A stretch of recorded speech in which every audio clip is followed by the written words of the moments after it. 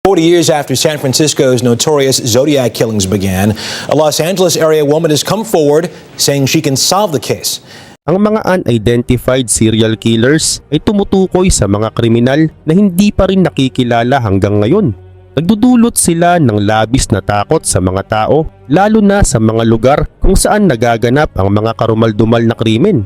Kahit marami ng mga investigasyon ng isinagawa ay hindi pa rin natukoy ang pagkakakilanlan ng mga ito. At sa video ngang ito ay pag-uusapan natin ang 10 mga unidentified serial killers at tutukuyin din natin kung gaano katindi ang takot na kanilang naidulot. Kaya naman simulan na natin.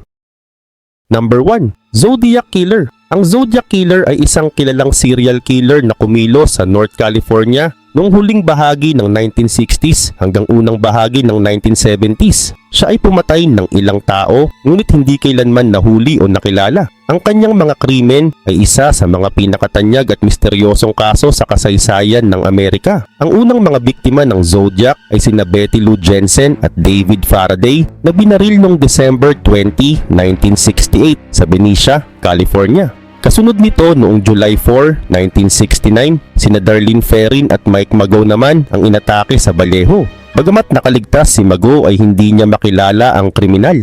May iba pang mga biktima tulad ni Brian Hartnell at Cecilia Shepard na sinaksak noong September 27, 1969 malapit sa Lake Berryessa at si Paul Stine na isang taxi driver na binaril sa San Francisco noong October 11, 1969. Samantala, naging bantog ang Zodiac Killer hindi lamang dahil sa kanyang mga pagpatay, kundi dahil din sa kanyang mga sulat na ipinadala sa mga pahayagan sa San Francisco. Sa mga sulat na ito ay inamin niya ang kanyang mga krimen at tinukso ang mga pulis. Nagpadala pa siya ng mga lihim na mensahe o cryptogram na kailangang lutasin. Bagamat may ilan ng na-decode, ay may mga mensahe pa rin na hindi pa nalulutas hanggang ngayon. Sa isang sulat niya ay ipinahayag pa niya na natutuwa siya sa pagpatay. Gayun din tinawag niya ang sarili niyang Zodiac at gumagamit ng simbolong bilog na may krus sa gitna na parang target. Dahil sa kakaibang paraan ng pagpapadala ng mga sulat at sa kanyang kakayahan na makaiwas sa pulisya, ay naging sikat siya at nagkaroon ng maraming haka-haka tungkol sa kanyang tunay na pagkakakilanlan. Maraming tao ang napaghinalaan, ngunit walang sapat na ebidensya na magpapatunay kung sino siya. Isa sa mga kilalang pinaghinalaan ay si Arthur Lee Allen, ngunit walang sapat na pruweba upang siya ay ituring na Zodiac Killer. Noong 2002 ay sinuri ang DNA mula sa mga sulat ng Zodiac at ikinumpara sa mga posibleng suspect, kabilang si Allen, ngunit hindi ito nagtugma. Number 2, the Freeway Phantom. Ang Freeway Phantom ay isang unidentified serial killer na nagdulot ng matinding takot sa Washington DC mula 1971 hanggang 1972. 6 na batang babae, edad 10 hanggang 18, ang kanyang mga naging biktima. Lahat sila ay mga African American at hanggang ngayon ay hindi pa rin natutukoy kung sino ang may kagagawan ng mga pagpatay. Ang unang biktima ay si Carol Spinks na isang 13 years old na batang babae na nawala noong April 25, 1971 habang pauwi mula sa tindahan. Pagkalipas ng 6 na araw ay natagpuan ang kanyang bangkay sa gilid ng isang freeway. Siya ay ginahasa at pinahirapan bago pinatay.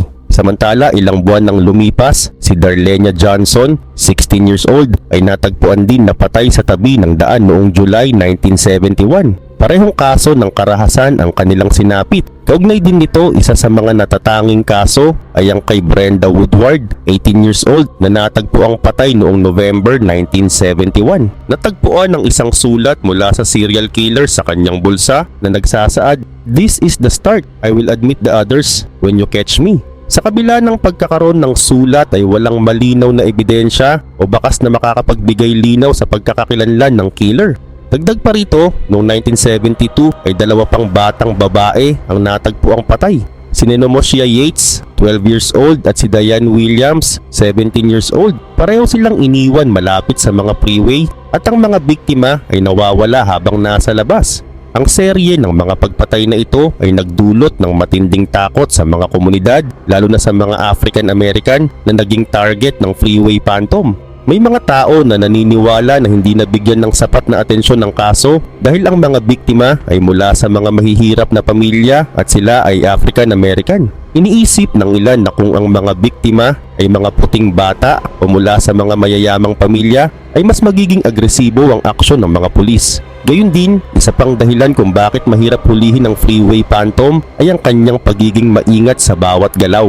Ang mga biktima ay nawawala sa magkakaibang oras at lugar at iniwang patay sa malalayong lugar kung kaya't nahirapan ang mga pulis na sundan ang kanyang mga kilos.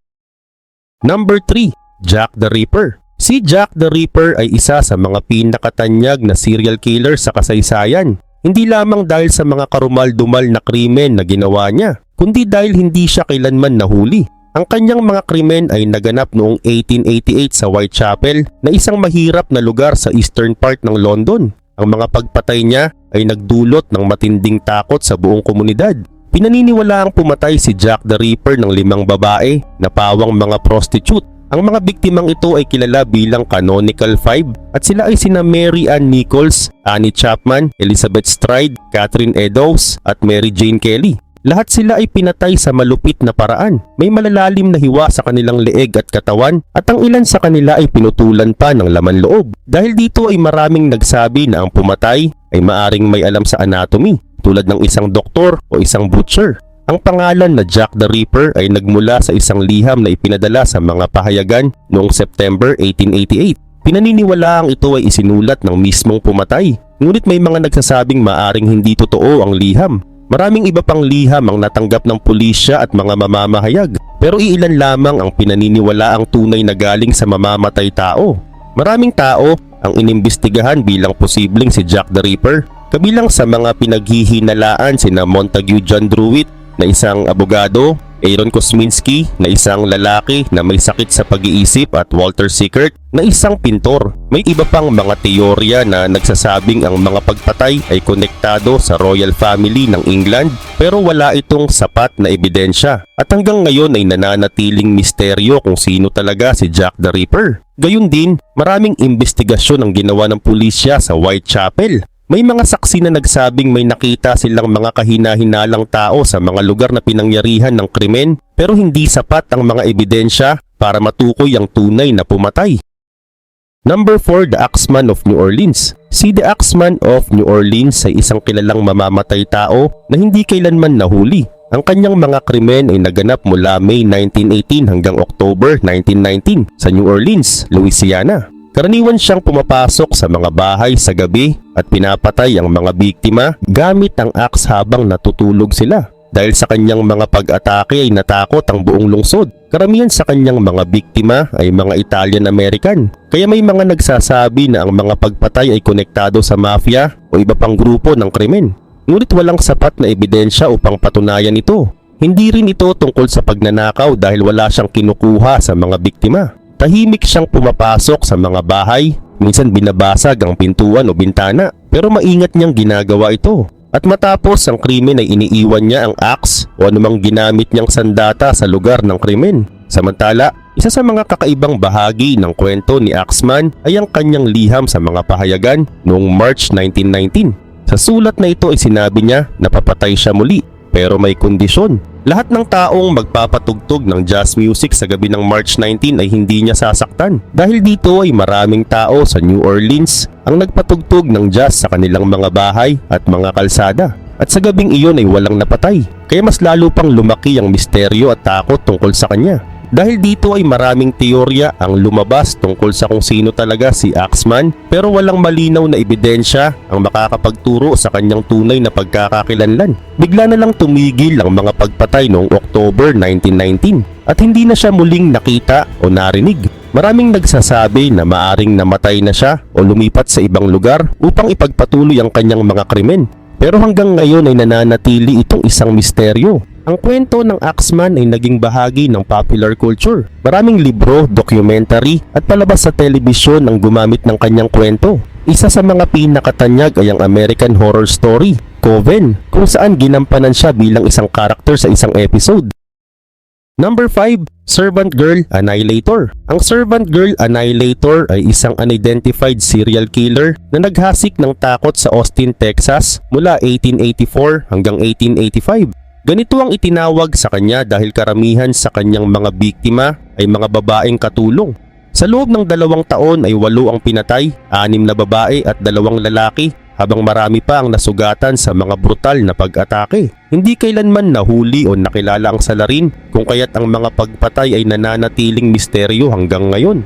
Ang mga biktima niya ay mga itim na babae na nagtatrabaho bilang mga katulong sa mga bahay ng mga puti. Inaatake sila sa gabi habang natutulog, saka dinadala palabas ng bahay para saktan at patayin. Karaniwan ay sinasaktan sila sa ulo at tinutusok ng mga matalim na bagay tulad ng kutsilyo o palakol. Ang ilan ay pinagsamantalahan bago patayin, kung kaya't lalong nagdulot ng takot sa buong komunidad. Dahil sa serye ng mga pagpatay ay natakot ang mga tao sa Austin. Ang dating payapang lungsod ay napuno ng kaba. Maraming pamilya ang naglagay ng mga barikada sa kanilang mga bintana at pintuan para protektahan ang kanilang mga sarili. Ang mga babaeng katulong ay natakot magpatuloy sa kanilang trabaho dahil sila ang karaniwang tinatarget ng serial killer. Nagbago ang pamumuhay ng mga tao at halos lahat ay natatakot na baka sila ang susunod na biktima. Subalit sa kabila ng mga investigasyon ng mga pulis ay wala silang natagpuang matibay na ebidensya para malaman kung sino ang may sala. Maraming mga suspect ang inaresto at iniimbestigahan, kabilang ang mga kabataang lalaki, mga taong may sakit sa pag-iisip at maging mga dayuhan, ngunit walang sapat na pruweba para idiin sila sa mga krimen, kaya't ang mga ito ay pinalaya rin. Isang kilalang teorya ang nagsasabi na posibleng si Servant Girl Annihilator ay si Jack the Ripper, ang kilalang serial killer sa London noong 1888. Magkahawig ang paraan ng kanilang pagpatay, parehong brutal at walang malinaw na dahilan. Dahil dito ay may mga nag-isip na maaring iisang tao lamang ang nasa likod ng mga krimen sa Austin at London. Subalit dahil walang sapat na ebidensya ay nananatili ito na isang teorya lamang. Number 6, Bible John. Si Bible John ay isang kilalang serial killer mula sa Glasgow, Scotland noong 1960s. Siya ang itinuturong responsable sa pagpatay sa 3 kababaihan. Ngunit hanggang ngayon ay hindi pa rin siya nakikilala o nahuhuli. Isa rin ito sa mga kaso na hindi pa nalulutas at patuloy na nagiging palaisipan. Kaugnay nito ang 3 biktima ni Bible John ay sina Patricia Docker, Jemima McDonald at Helen Paddock. Lahat sila ay dumalo sa Barrowland Ballroom bago matagpo ang patay. Pare-pareho silang sinakal, ginahasa at iniwan sa iba't ibang lugar sa Glasgow. Dahil sa pagkakapareho ng mga insidente ay naniniwala ang mga pulis na iisang tao lamang ang gumawa ng mga krimen na ito. Samantala si Helen Paddock, ang huling biktima, ang nagbigay ng pinakamahalagang impormasyon tungkol kay Bible John. Nung gabing pinatay siya ay kasama niya ang kanyang kapatid na si Jean sa Barrowland Ballroom. Nakilala nila ang isang lalaking nagpapakilalang John. Ayon kay Jean, ang lalaki ay seryoso at madalas magsalita tungkol sa mga aral mula sa Biblia. Dahil dito ay binansagan siyang Bible John. Pagkatapos ng ballroom ay magkasama na umalis si Helen at ang lalaki.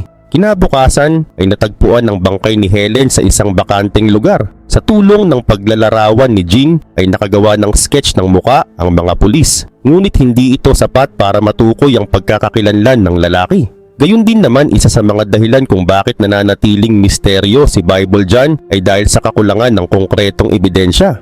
Wala ring malinaw na motibo kung bakit pinatay niya ang mga biktima. Tila pumipili siya ng mga babae mula sa ballroom, ngunit hindi malinaw kung paano niya pinipili ang mga ito. Ayon sa kwento ng mga witness ay mukhang may kinalaman ng kanyang mga religious beliefs sa mga pagpatay, lalo na't madalas siyang magsalita tungkol sa kasalanan at morality. Sa paglipas ng panahon ay maraming teorya ang lumabas tungkol sa pagkakakilanlan ni Bible John. Ang isa sa pinakasikat na teorya ay ang posibilidad na si Peter Tobin, na isang kilalang serial killer, ay siya ring si Bible John. May mga pagkakapareho sa style ng kanilang pagpatay, kaya iniisip ng mga investigador na maaring iisa lang sila. Number 7, the West Mesa Bone Collector. Ang West Mesa Bone Collector ay isang hindi nalutas na serye ng pagpatay sa Albuquerque, New Mexico. Noong February 2009 ay natuklasan ng mga buto ng 11 babae at isang hindi pa isinisilang na sanggol sa isang desyertong lugar na tinatawag na West Mesa. Isang babae na naglalakad kasama ang kanyang aso ang nakakita ng mga bangkay at dito nagsimula ang investigasyon. Samantala ang mga biktima ay mga babae na karamihan ay nahaharap sa kahirapan. Marami sa kanila ay nagtatrabaho bilang sex workers at may mga problema sa droga. Ilang taon bago matagpuan ng kanilang mga bangkay ay iniulat na nawawala na sila. Ayon sa mga investigador, ang mga biktima ay pinatay at inilibing sa West Mesa mula 2003 hanggang 2005. Ngunit hanggang ngayon ay hindi pa rin alam kung sino ang gumawa nito. Gayun din naman ang suspect ay tinawag na West Mesa Bone Collector dahil sa serye ng mga pagpatay at paraan ng paglibing sa mga biktima. Sa kabila ng masusing investigasyon ng mga pulis ay hindi pa rin matukoy kung sino ang responsable. May mga teorya na nagsasabing maaring isang truck driver ang suspect kung kaya't mahirap siyang mahanap dahil palipat-lipat siya ng lugar. May iba namang naniniwala na maaring may koneksyon ito sa organized crime pero walang sapat na ebidensya para patunayan ito. Subalit isa sa mga dahilan kung bakit mahirap lutasin ng kaso ay dahil kulang ang mga witness at ebidensya. Ang lugar kung saan natagpuan ang mga buto ay isang dating construction site kaya mahirap tukuyin kung kailan eksaktong inilibing ang mga biktima. Dagdag pa rito ay maraming taon ang lumipas bago natagpuan ang mga bangkay. Kaya posibleng nasira na ang mga ebidensya na maaring makatulong sa kaso. Ngunit sa kabila ng mga hamon ay hindi pa rin sumusuko ang mga pulis sa paghahanap ng mga sagot. Gumagamit sila ng mga bagong technology tulad ng DNA testing at forensic analysis upang masuri muli ang mga bangkay at ebidensya. May ilang tao rin na itinuturing na person of interest pero wala pang sapat na pruweba para kasuhan sila. Hanggang ngayon ay nananatiling misteryo kung sino ang West Mesa Bone Collector. Number 8. The Cleveland Torso Murderer. Ang Cleveland Torso Murderer o mas kilala bilang The Mad Butcher of Kingsbury Run ay isang serial killer na gumambala sa Cleveland, Ohio noong 1930s. Kilala siya dahil sa kanyang brutal na paraan ng pagpatay at hanggang ngayon ay hindi pa rin nalalaman kung sino siya. Nagsimula ang serye ng mga pagpatay noong 1935 at tumagal hanggang 1938. Samantala, ang paraan ng pagpatay ng serial killer ay talagang nakakakilabot. Karaniwan ay pinupugutan niya ng ulo ang kanyang mga biktima at pinupunit ang iba't ibang bahagi ng katawan. Madalas na natatagpuan ng mga bangkay na wala ng ulo kung kaya't mahirap kilalanin ng mga ito. 12 biktima ang opisyal na naitala pero may hinala na mas marami pang biktima na hindi natukoy o naiulat. Marami sa mga ito ay hindi nakilala kung kaya't tinawag na lang silang John Doe o Jane Doe. Kaugnay nito, ang mga biktima ay kadalasang mula sa mga mahihirap at walang tirahan. Natagpuan ng mga katawan sa Kingsbury Run na isang mahirap na lugar sa Cleveland kung saan maraming walang bahay. Dahil sa mga sunod-sunod na pagpatay ay nagdulot ito ng matinding takot sa buong komunidad. Marami ang hindi na makatulog ng maayos at natatakot lumabas, lalo na sa gabi. Isa sa mga kilalang investigador sa kaso ay si Elliot Ness na isang sikat na law enforcer na kilala sa pagtulong sa pag-aresto kay Al Capone. Kahit na magaling siya sa kanyang trabaho ay hindi niya nalutas ang serye ng mga pagpatay na ito. Dagdag pa rito ang isa sa mga pangunahing suspect ay si Dr. Francis E. Sweeney, isang doktor na may kaalaman sa medicine lalo na sa pagputol ng katawan. Sumailalim siya sa lie detector test at sinasabing bumagsak siya rito. Ngunit hindi siya tuluyang naakusahan dahil sa kakulangan ng ebidensya at sa kanyang mental problem na dulot ng mga pinsala sa digmaan. Pero may mga teorya rin na nagsasabi na lumipat ng lugar ang serial killer matapos ang mga pagpatay sa Cleveland. Number 9. The Frankfurt Slasher. Si The Frankfurt Slasher ay isang hindi kilalang serial killer na naghasik ng takot sa Frankfurt, isang lugar sa Philadelphia, Pennsylvania mula 1985 hanggang 1990. Ang mga biktima ay mga kababaihan na may edad mula 28 hanggang 68 years old. Karamihan sa kanila ay galing sa mahirap na kalagayan at ang ilan ay may kaugnayan sa prostitution o droga. Ang lahat ng mga biktima ay sinaksak ng maraming beses at ang ilan ay nakaranas ng sexual abuse. Samantala nagsimula ang mga pagpatay noong 1985 at ang mga katawan ng biktima ay natagpuan sa mga abandonadong gusali o madidilim na lugar. Pare-pareho ang paraan ng pagpatay na karamihan sa mga biktima ay sinasaksak ng paulit-ulit. Kadalasan ng mga krimen ay nangyayari malapit sa Frankfurt Avenue, kaya tinawag ang suspect na Frankfurt Slasher. Ngunit naging mahirap ang investigasyon dahil sa kakulangan ng ebidensya. May mga pinaghinalaan pero walang sapat na patunay para madiin ang sinuman. Noong 1990 ay nahuli si Leonard Christopher na isang lalaki na may kaugnayan sa isa sa mga biktima. Siya ay kinasuhan ng pagpatay, ngunit habang siya ay nakakulong ay may isa pang babae na pinatay sa parehong paraan. Dahil dito ay maraming tao ang naniniwalang hindi si Christopher ang tunay na Frankfurt slasher. Dahil sa mga pagpatay ay natakot ang mga tao sa Frankfurt. Maraming residente ang nag-aalala, lalo na't hindi nila alam kung sino ang susunod na magiging biktima. At hanggang ngayon ay hindi pa rin nalulutas ang kaso at patuloy na naghahanap ng hustisya ang pamilya ng mga biktima. Sa kabila nito, ang kaso ng Frankfurt slasher ay isa sa mga hindi nalutas na krimen sa Philadelphia. Sa paglipas ng panahon at pag-usad ng technology ay hindi pa rin nahahanap ang suspect. Patuloy naman na umaasa ang mga pamilya at komunidad na balang araw ay matutukoy din kung sino ang nasa likod ng mga pagpatay na ito at makakamit ang hustisya para sa mga biktima. Number 10, the I-70 killer. Si the I-70 killer ay isang hindi kilalang serial killer na pumatay ng 6 na tao noong 1992. Tinawag siyang I-70 killer dahil sa highway na I-70 na malapit sa lugar kung saan naganap ang mga pagpatay, partikular sa mga estado ng Indiana, Kansas at Missouri. Sa loob ng ilang linggo noong April at May 1992 ay pinatay niya ang 6 na tao at karamihan ay babae sa mga maliliit na tindahan. Kaugnay nito, ang unang biktima ay si Robin Fuldauer na isang 26 years old na nagtatrabaho sa isang tindahan ng sapatos sa Indianapolis, Indiana. Pinatay siya noong April 8, 1992. Kasunod nito ay sunod-sunod ang mga pagpatay sa iba't ibang tindahan sa Kansas at Missouri. Karaniwang pumapasok ang killer sa mga tindahan na walang masyadong tao, pinapatay ang clerk gamit ang maliit na baril at umaalis ng walang kinukuha.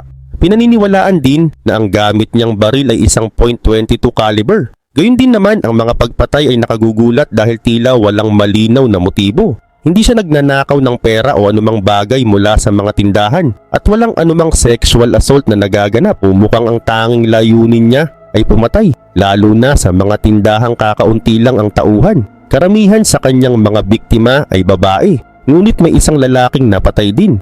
Pinaghihinalaang napagkamalan siyang babae dahil sa kanyang mahabang buhok.